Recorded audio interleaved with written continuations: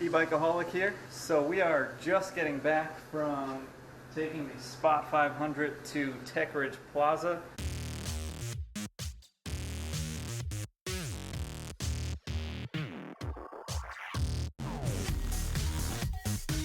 Today we're doing a side-by-side comparison of the 500 watt front hub motor versus Honda CB500F. Alright, let's check the specs on Strava and see how these two bad boys stack up. The e-bike arrived in just under 10 minutes at an average speed of 20.8 miles per hour, whereas the Moto arrived in just under 9 minutes, average speed 24.2.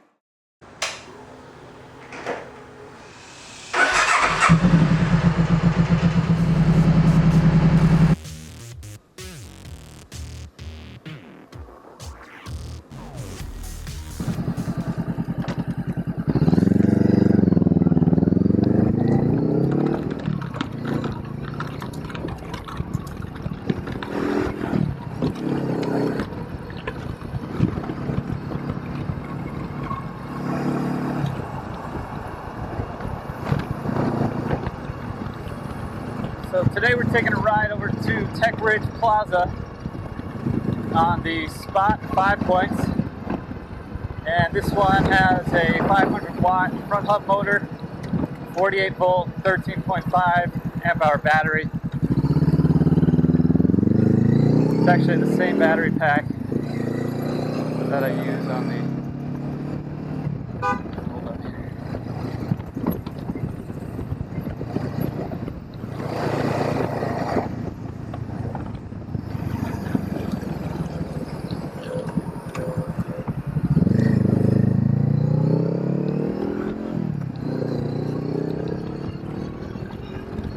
same battery pack that I use on the BBS HD.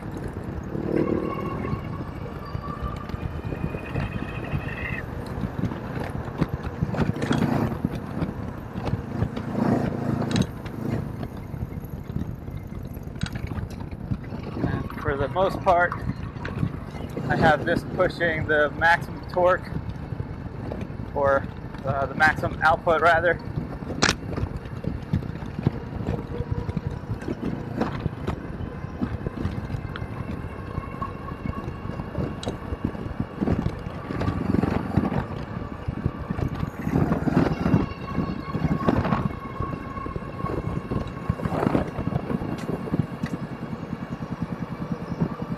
Now this kit obviously has a little less power than the BBS HD. Nominal 500 watts at 48 volts. Won't put out as much as a nominal 750 watt, obviously, because I have my BBS HD rated. It's set to be street legal, which is a nominal 750 watts. And I think the peak output is maybe close to 1,000.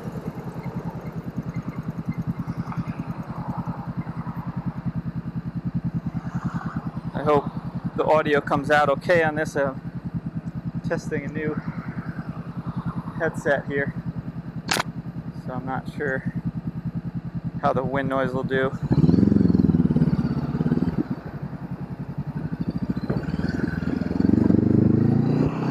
Also would like to talk a little bit about the new Nissan Leaf. Read an article this morning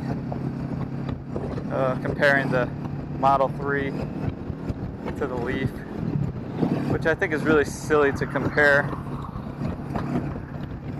And a lot of the articles are saying that it's $5,000 cheaper, less range. I believe the new Leaf, the 2018 Leaf, gets 150 miles, or that's the estimated range, whereas the Model 3 base model should be getting about 220 miles. Same thing with e-bikes. The range always depends on a number of factors, so it's probably not accurate. But the Model 3 has almost twice the horsepower. The Nissan Leaf has 40 kilowatt hours on the battery as the max capacity, and I believe the Model 3 base model is 50 kilowatt hours. So that 10 kilowatt hours would definitely make a big difference. The Leaf may be a little lighter. I believe it's about 3,500 pounds, whereas the Model 3 should be about 3,800 pounds. That does make a pretty significant difference, especially on the highway. So I mean, one thing that we really need to see, because it's still too early to tell without all the full specs coming out, this is just a leak and we don't really know for sure what we're getting. But ultimately, it depends on the trim levels. Different trim levels will have different motor options, and different battery capacities. So I don't think these articles are doing any justice putting them up against each other, because they're really not. I don't know. I just think it's too soon to start putting them against each other.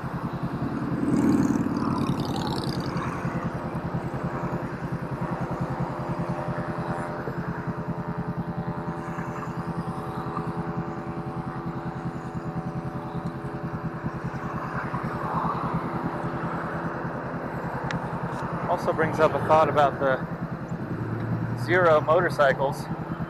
Zero SR, I believe, offers 60 horsepower.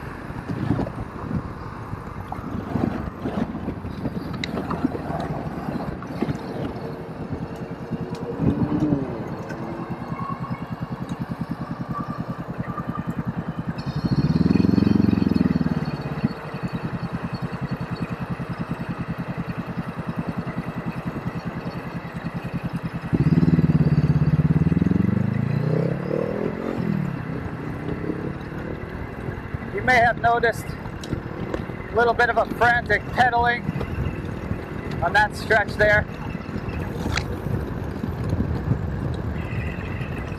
I really need to increase my gearing.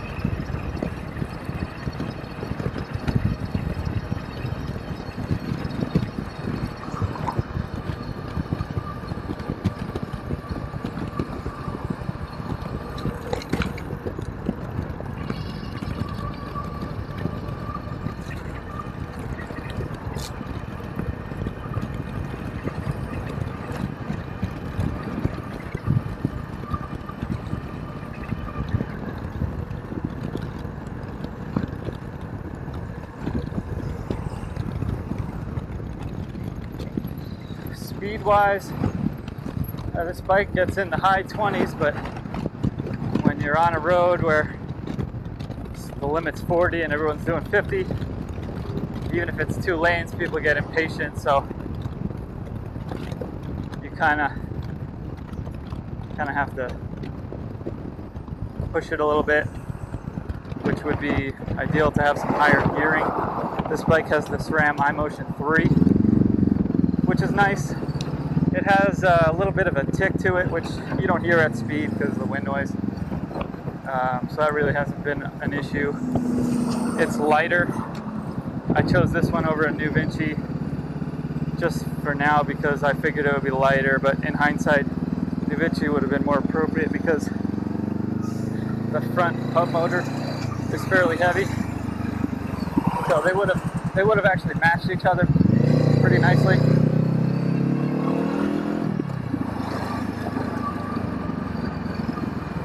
But if I had a larger sprocket, and once I hit 28 and I max out the motor, I wouldn't have to frantically pedal as much just to keep up with the motor.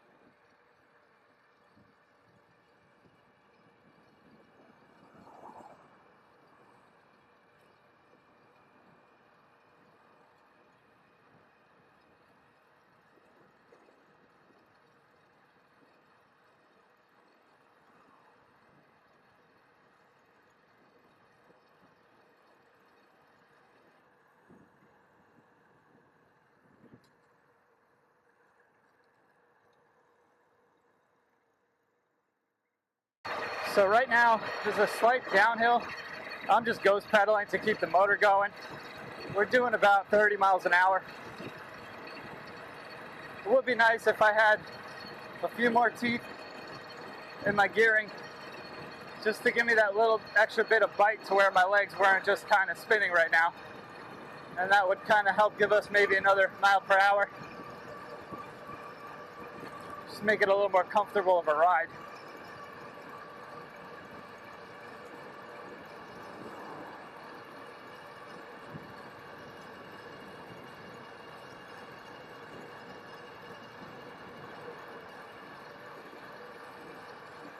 Sometimes the ghost pedaling isn't so bad, but even if you have the higher gearing, you could just drop it into a lower gear if you decide you just want to ghost pedal for a little bit.